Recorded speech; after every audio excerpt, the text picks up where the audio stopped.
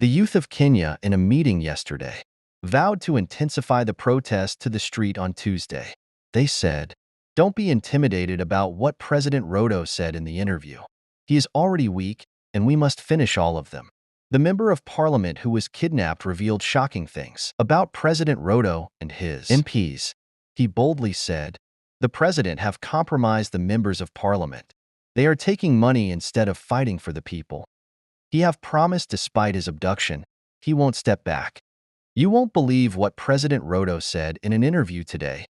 The journalist asked him, "Your Excellency, do you have blood in your hands?" Ruto said no. Then why were people killed? The journalist boldly stated, "Your Excellency, do you know the people of Kenya don't trust you anymore?" Ruto got furious. Generation Z said, "Ruto must go."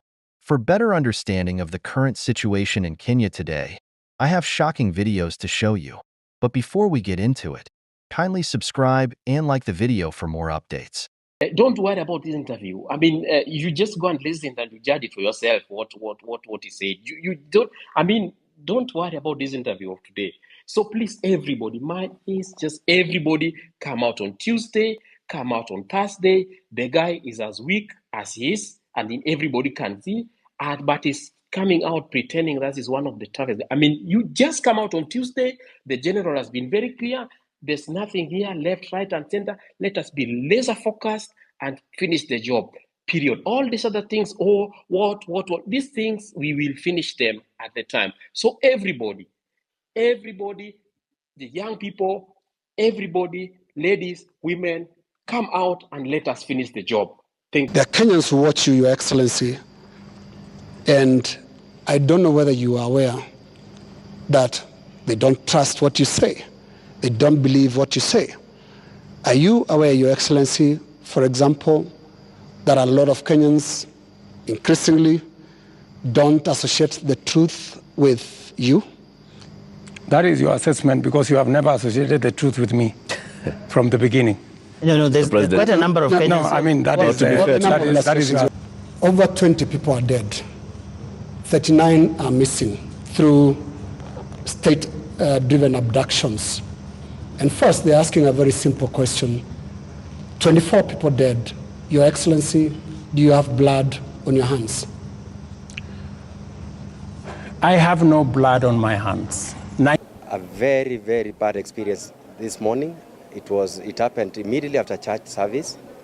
Then people came from nowhere and stopped us, blocked the whole road.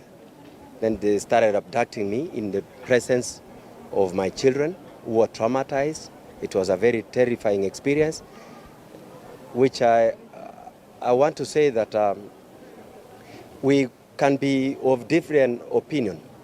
Some of us, we have pronounced that we are anti the finance bill, and we've been saying reject the finance bill, and that is the position.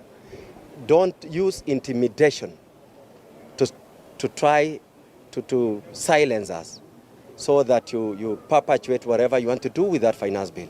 And I'm wondering, one question that I must ask, why is it that this finance bill is so important, that we've lost so many lives, you're abducting so many people, you are still punishing all of us because you just want to pass this finance bill?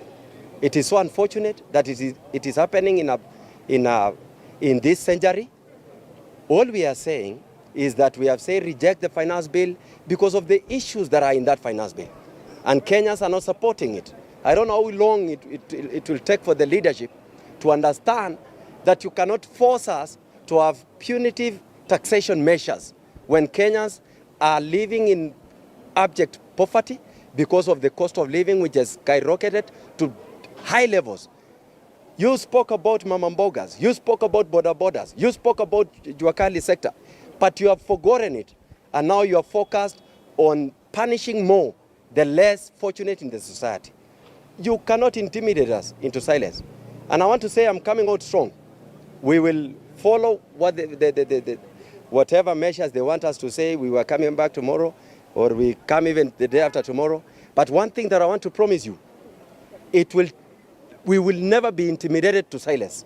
We will continue fighting for the rights and the citizens of this republic, because we believe Unless we speak about these issues, many people will not speak about it. You can see we have a parliament where they've already compromised most of the members of parliament. They are taking money instead of making decisions based on what the common mwananchi wants. They do it to reflect the positions and the opinions of their bosses. But we want to say that we must continue with this struggle to ensure that no punitive taxes are imposed upon the common mwananchi. Allow me to... Good morning, everyone. Today we got a distress call that Honorable Alfred Kater had been abducted, and I think some of you have seen the scenes of what happened. And so his advocate rushed to DCI headquarters where they believed he was being held, and they were not allowed inside and they were told to go to Muthaiga. So I was also alerted and we sent advocates to Muthaiga where we confirmed that he was not being held, only later on to discover that he was being held here at Kampunji. So we have seen the kind of questions that they have tried to interrogate him on, and they're trying to make him answer. And we are quite alarmed on that these are questions that he could have been called on any day.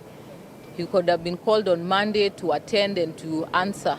It did not require that kind of violence, causing trauma to his family right after going to church on a Sunday morning.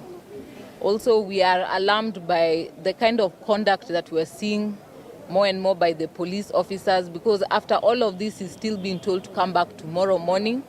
He has been summoned, and I've seen part of the things that they're alleging is incitement to violence. And so this is an honorable member that they could have called at any part of the day.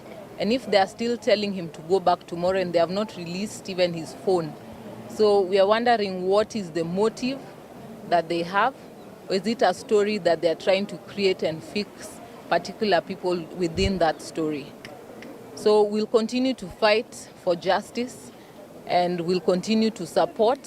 And even as this horrifying ordeal has started, we will work with the honorable member, because we know that today it's him, tomorrow it can be any one of us.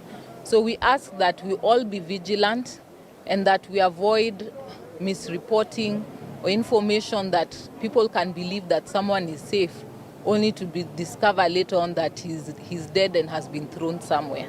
So we ask media, be vigilant, let us be able to capture these stories. We cannot allow our country to go back to the days of abductions. We cannot allow, because of the history that we have had over time, to see more days coming back in this country. We enjoy a Bill of Rights in this constitution that is one of the most progressive. Let us defend jealously those Bill of Rights, and we urge that the judiciary to uphold those Bill of Rights, because only them can they pronounce themselves to ensure that the executive know their limits. Generation Z, what do you have to say? Don't forget to subscribe and like the video for more updates. See you next time in our next video.